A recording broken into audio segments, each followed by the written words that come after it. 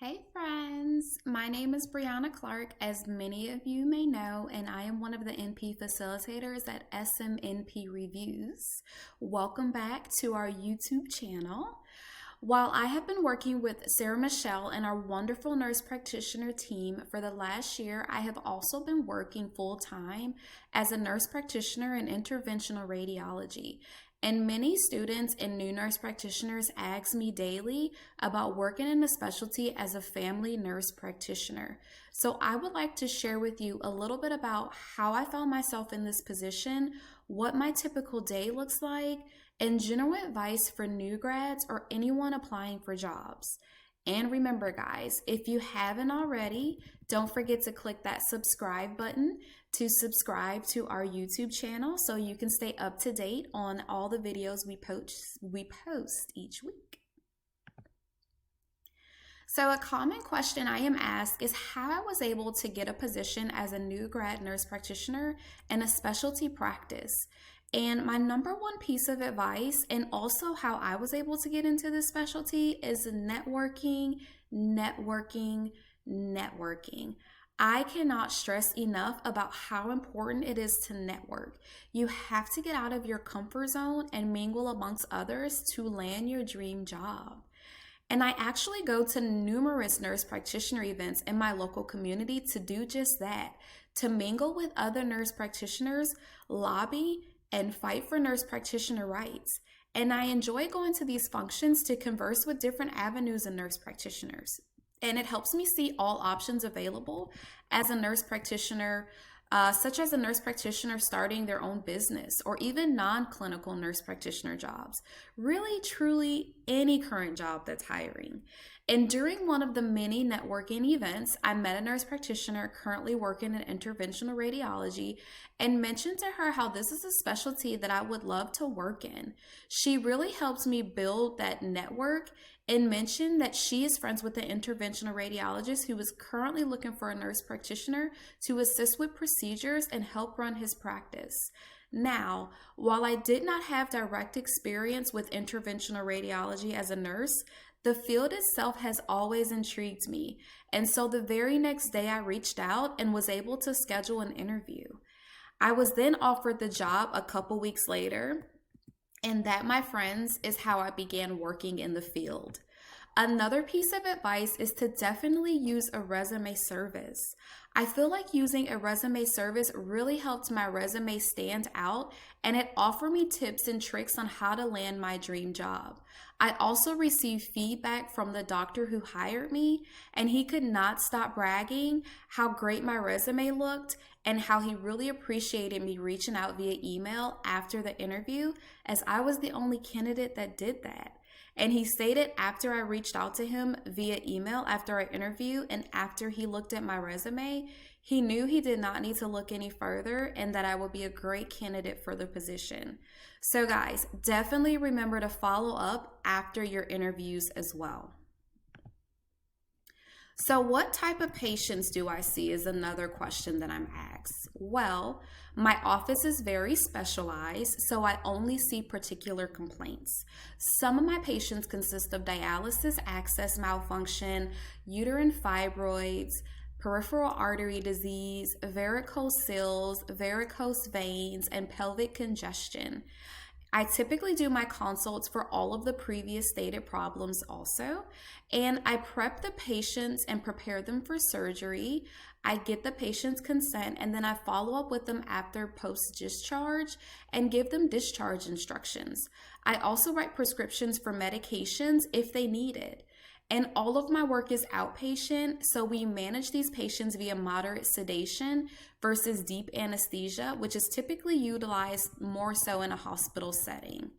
I also do procedures such as PICC line insertion, port placement, paracentesis, fistulograms, and suturing to close the incision sites after the procedure is complete. I also do aesthetic procedures as we are expanding our aesthetic practice. And with that, I do sclerotherapy, leg facial hair removal, Botox, and laser ablation. It is really neat being able to be so versatile and able to help my patients. So who all do I work with? Well, I work alongside two interventional radiologists, nurses that help me pre-op the patients and manage the patients post-op if I am not available, and radiology technicians that work alongside the radiology field and the surgical suite. We also have an ultrasound technician in-house, which is great to help diagnose any blood flow abnormalities, fibroids, varicocele, and things of that nature. I am also the first nurse practitioner at my office, and while I was nervous about that, we have all meshed so well together and worked so well together.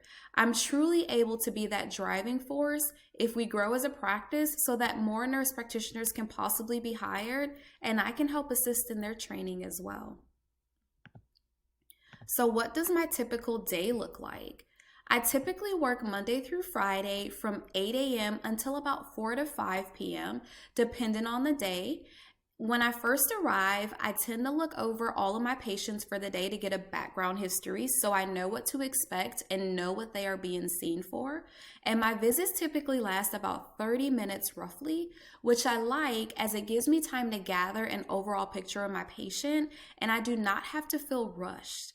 I also have some schedule flexibility, which is nice because I can control my schedule if I need to leave early or if I end up taking a little longer with the patient and I need to possibly push my other patients back. I then do my consults in the morning and I do my procedures in the afternoon. On Mondays and Wednesdays, that is when I manage some of my aesthetic patients with my aesthetic procedures. And on the other days, I do my interventional radiology procedures. Now, when I was first hired, it was to assist with interventional radiology. But as time went on, my supervising doctor expressed to me that he also wanted to start an aesthetic practice in addition, and I was definitely on board to assist with this. So he trained me to be able to do aesthetic procedures, which was awesome. So now I function as, I mentioned earlier, an interventional radiology nurse practitioner and an aesthetic nurse practitioner. You may ask what I love about my job. And this is kind of a loaded question as I love everything about my job.